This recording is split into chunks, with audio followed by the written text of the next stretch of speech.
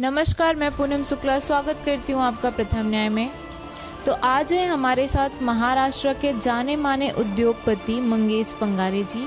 उन्होंने क्षितिज ग्रुप एक छोटा सा एनजीओ से शुरू करके उसको इतने बड़े स्तर पे किस तरह से पहुंचाया, फिर एक उद्योगपति से एक राजनीतिक तक का उनका सफ़र कैसा रहा, आइए उनसे ही बात करके जानते हैं। तो सबसे पहले तो आपका स्वागत है सर हमारे चैनल। धन्यवाद। प्रथम न्याय न्यूज़ चैनल का मैं शुक्रिया करना चाहता हूँ कि आपने यहाँ मुझे मुलाकात के लिए बुलाया। तो सबसे पहले हम आपसे ये जानना चाहेंगे कि आपका बिज़नेस जो कि बहुत ही अच्छा चल रहा था, तो फिर आपने राजनीति में आने का डिसीज़न क्यों ले लिया? बिज़नेस तो कई सालों से चल ही रहा था। मेरे ख्याल से 8 से 10 साल हुए हम लोग बिज़नेस में आके। और बिज़नेस में भी जब हम लोग बिज़नेस चालू किया तभी भी हम लोग ने यही सोचा था, ये इंटेंशन के साथ हम लोग ने बिज़नेस चालू किया था कि लोगों को रोज़गार मिले, जो अनएजुकेटेड लोग हैं उनको रोज़गार मिले, जो एजुकेटेड लोग हैं उनको भी रोज़गार मिले। तो ये सोच से हम लोग ने बिज़नेस शुरू किया था। इसलिए हम लोग ने हाउस कीपिंग की कंपनी, सिक्योरिटीज़ की कंपनी, रिक्रूटमेंट जैसा फर्म शुरू किया, जहाँ तक लोगों को जितने हो सकता है युवा वर्ग को रोज़गार मिले। और यही सोच फिर राजनीति में भी आने के बाद भी हमारी यही है कि हर पीढ़ी को, हर युवाओं को रोज़गार मिलना चाहिए। तो कहीं ना कहीं सोच सेम है, इसलिए सोचा कि चलो राजनीति में भी हम लोग अपना। तो अभी जल्दी आपको टाइम्स ग्रुप से सबसे यशस्वी उद्योगपति का जो पुरस्कार मिला है, तो इसके बारे में आप क्या कहना चाहेंगे? सच बोलो तो मेरे कर्मचारी की कड़ी मेहनत है इसके पीछे, क्योंकि कई सालों से हम लोग सर्विस इंडस्ट्री में काम कर रहे हैं और करीब 2000 से ज़्यादा क्लाइंट्स हम लोग के ये बिज़नेस में है।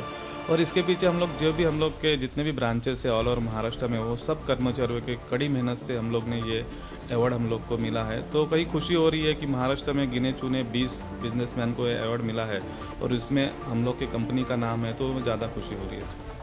आपकी सोच यहाँ बहुत अच्छी है कि आप सारा क्रेडिट अपने कर्मचारियों को दे रहे हैं। तो सर हम आपसे ये जानना चाहेंगे कि अपने राजनीति में आने के लिए मन से कोई क्यों चुना? मतलब सच बोलो तो आदरणीय राज साहब ठाकरे, इनके जो विचार है वो युवा पीढ़ियों के लिए कुछ ऐसा अलग सोच के विचार है उनके, जो महाराष्ट्र के लिए आगे बहुत फ़ायदेमंद हो सकते हैं। और क्षितिज ग्रुप के साथ भी काफ़ी सारा युवा वर्ग जुड़ा हुआ था, उनको भी कुछ अलग करने की चाह थी। तो हमने सोचा कि ये महाराष्ट्र नवोन्मेष सेना ऐसा पक्ष है जहाँ पे हम लोग जाने के बाद हम लोगों के लिए कुछ अलग कर सके और आदरणीय राज साहब के विचारों के आगे चले। तो ऐसा माना जाता है कि मन से काफ़ी आक्रामक है और उत्तर भारतीयों को लेकर उनकी सोच थोड़ी अलग है।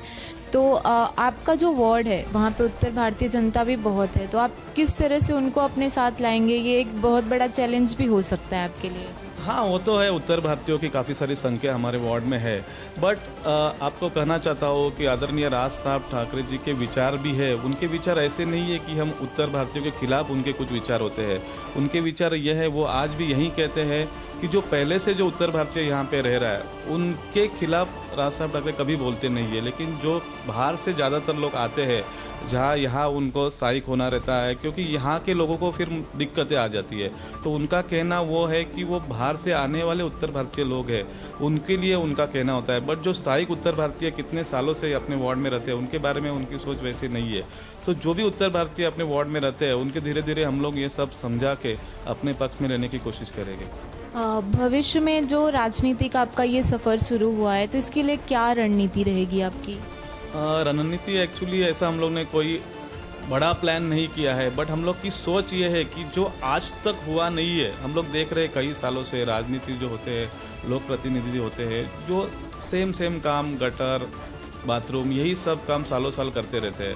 बट कुछ अलग लोगों को देना, उनको शायद वो सोचते नहीं है या फिर उनकी इच्छा शक्ति नहीं होती है। तो हम लोग ने, युवा वर्ग ने यही सोचा है कि जब हम राजनीति में आए हैं तो लोगों के लिए कुछ अलग अपने को करना है। और उसी लिए हम लोग ने, आप देखे रहोगे कि 3 महीना मुझे हो गया राजनीति में आके, और हम लोग ने एक दिन भी ऐसे घलाया नहीं है। हर दिन हम लोग एक नई सोच लोगों को दे रहे हैं और बदलाव लाने की कोशिश कर रहे हैं। तो लोगों के लिए जब तक हम नया कुछ करेंगे नहीं, तब तक लोग जुड़ेंगे नहीं। तो यंग क्राउड जितने भी अपने साथ है, उनकी हर तरीके का अलग अलग लोगों की अलग अलग सोच है और हर सोच हम लोग आगे लेके जाना चाहते हैं।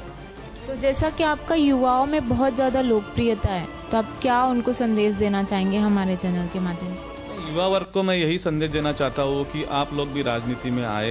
राजनीति बुरी नहीं है, हम कहते हैं कि राजनीति बुरी है, बट आपके पास अच्छा प्लेटफॉर्म है, आपके विचार अच्छे हैं, आपको लगता है कि हमें कुछ बदलाव आना चाहिए, अपने सोसाइटी में, समाज में कुछ बदलाव आना चाहिए, तो उसकी शुरुआत हमने खुद से करना चाहिए और राजनीति में आना चाहिए। क्योंकि राजनीति में आने के बाद आदमी धीरे धीरे हर चीज़ समझ लेता है और अपने विचारों से लोगों को प्रेरित करता है। तो वो हर युवा वर्ग ने राजनीति में आना चाहिए, ऐसे मुझे लगता है। तो सर आपको बहुत बहुत शुभकामनाएं आपके बिजनेस के लिए, आपके राजनीति के लिए। आपका बहुत बहुत धन्यवाद हमसे बात करने के लिए। धन्यवाद।